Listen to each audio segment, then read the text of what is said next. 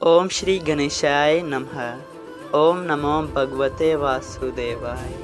हरे कृष्णा कृष्ण कृष्णा हरे हरे, हरे राम राम राम हरे हरे। तव्हां सभिनी हरि भक्तन के नमस्ते। प्यारा भक्तों, ही कथा पाण गुरु कृपा सां हासिल करे रहिया आहियूं। श्री गणपति सरस्वती जो दरे ध्यान करियां थो मां भागवत महापुराण जो बयान, जंहिंमें व्यासदेव ऐं सुखदेव जी कयो आहे श्री कृष्ण लीला जो गुणगान। सभई चओ जय भागवत महापुराण।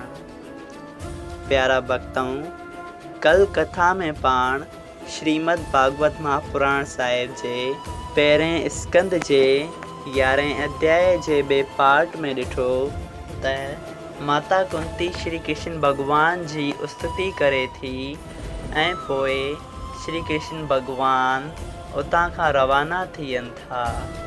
श्री कृष्ण भगवान खे वेंदो ॾिसी हस्तिनापुर जो नंढो वॾो हर जीव, सिर्फ़ु इंसान न, नंढे खां नंढो जीव ऐं वॾे खां वॾो जीव, हर को दुखी थियण लॻो।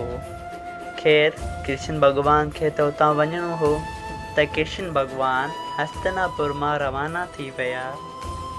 अॼु पाण श्रीमद् भागवत महापुराण साहिब जे पहिरें स्कंद जो 12वां अध्याय शुरू करे रहिया आहियूं। सभई चओ जय श्री कृष्णा। 12वें अध्याय जो नालो आहे द्वारिकापुरीअ में कृष्ण भगवान जो पहुचण ऐं संदसि स्वागत थियण। सूत जी चवनि था त श्री श्याम सुंदर अर्जुन खे चयो त रथ जल्दी हलाए।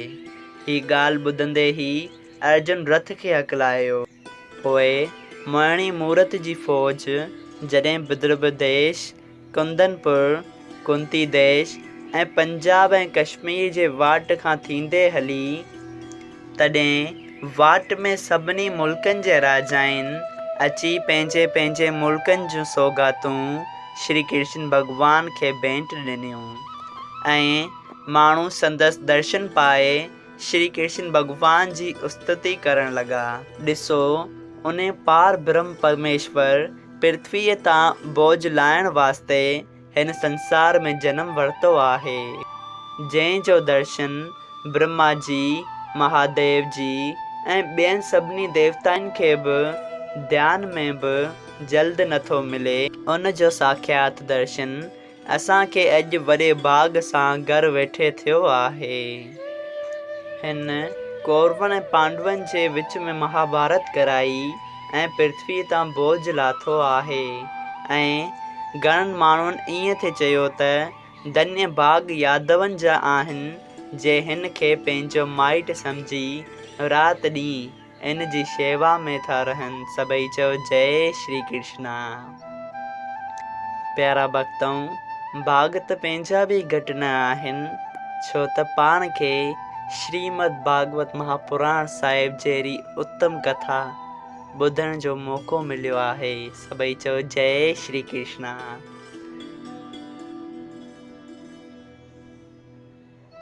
पोइ अहिड़ी तरह सभु नंढा वॾा संदसि महिमा ऐं लीला चई ख़ुशि थिए थिया। जॾहिं 3 ॾींहंनि खां पोइ श्री कृष्ण भगवान जो रथ द्वारिकापुरीअ जे वेझो पहुतो, तॾहिं श्री कृष्ण भगवान पंहिंजो पंचजन्य शंख वॼायो, जंहिंजी आवाज़ ॿुधी द्वारिकावासी मुरली मनोहर जे अचणु सम्झी ॾाढा ख़ुशि थिया। ऐं जॾहिं श्री कृष्ण भगवान द्वारिका मां विया थिए, तॾहिं पंहिंजे पुटु सांब ऐं पंहिंजे पोटे इनरदेव खे द्वारिकापुरीअ जी रक्षा करण वास्ते मुक़ररु करे विया हुआ। सो जॾहिं उन्हनि शंख जो आवाज़ ॿुधो, तॾहिं पंहिंजी फ़ौज तयारु कई ऐं यादवनि, ब्राह्मणनि ऐं रखेश्वरनि खे साण करे सभु ॻाईंदा वॼाईंदा मुरली मनोहर खे वठण वास्ते अॻिते वधिया ऐं शहर में ढिंढोरो ॾिनऊं त हर गली ऐं सड़क में सभु को पंहिंजे पंहिंजे दरवाज़े ते मंगलाचार करे, जंहिं करे सभिनी द्वारिका वासियनि चंदन ऐं ॿियूं सुगंधूं पंहिंजे घरनि में छिड़कायूं ऐं सभई स्त्रियूं पंहिंजनि पंहिंजनि दरवाज़नि ते चङा चङा ज़ेवर ऐं कपिड़ा पाए आरती हथ में खणी श्री बिंद्राबन बिहारीअ जी पूजा करण वास्ते बीह वयूं ऐं घणियूं स्त्रियूं सोना सींगार करे पंहिंजी पंहिंजी दरियनि ते बीह रहियूं ऐं श्री कृष्ण भॻवान जी सूंहुं ॾिसण वास्ते मुंतज़िर रहियूं। जंहिं वक़्तु श्याम सुंदर जो रथ द्वारिकापुरीअ में आयो तंहिं वक़्तु सभई नंढा वॾा संदसि दर्शन पाए फुलनि जूं वर्खाऊं करण लॻा।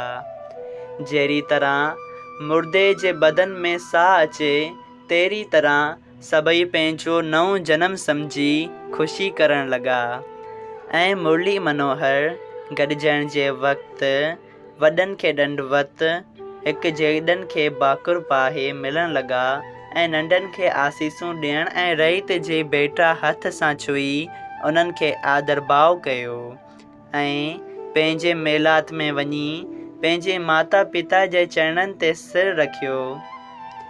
वासुदेव, देवकी, बलराम ऐं राजा उग्रसेन पांडवनि जी जीत जो हाल ॿुधी ॾाढा ख़ुशि थिया ऐं सभिनी द्वारिका वासियुनि दीनानाथ खे चयो त महाराज, असां तव्हांजे ॾिसण खां सवाइ ॼण त अंधनि वांगुर हुआसीं। जहिड़ी तरह अंधारी राति में सवाइ चंद्रमा जे अखियुनि हुअण सां कुझु बि ॾिसण में नथो अचे, अहिड़ो ई हाल असांजो हो। द्वारिका जूं स्त्रियूं श्याम सुंदर खे ॾिसी अहिड़ी तरह ख़ुशि थियूं जहिड़ी तरह चकोर चंद्रमा खे ॾिसी ख़ुशि थींदो आहे। चकोर हिकु पखीअ जो नालो आहे जेको चंद्रमा खे ॾिसी ख़ुशि थींदो आहे।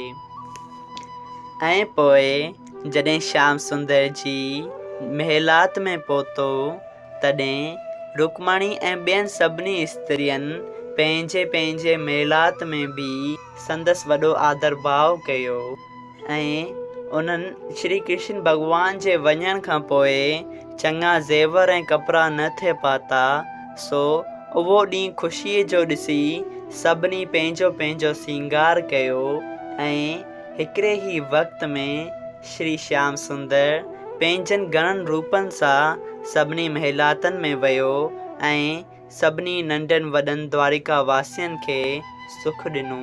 सभई चयो जय श्री कृष्णा। उन वक़्तु द्वारिकापुरी सुर्गपुरीअ खां बि वधीक सुंदर ॾिसण में थे आई।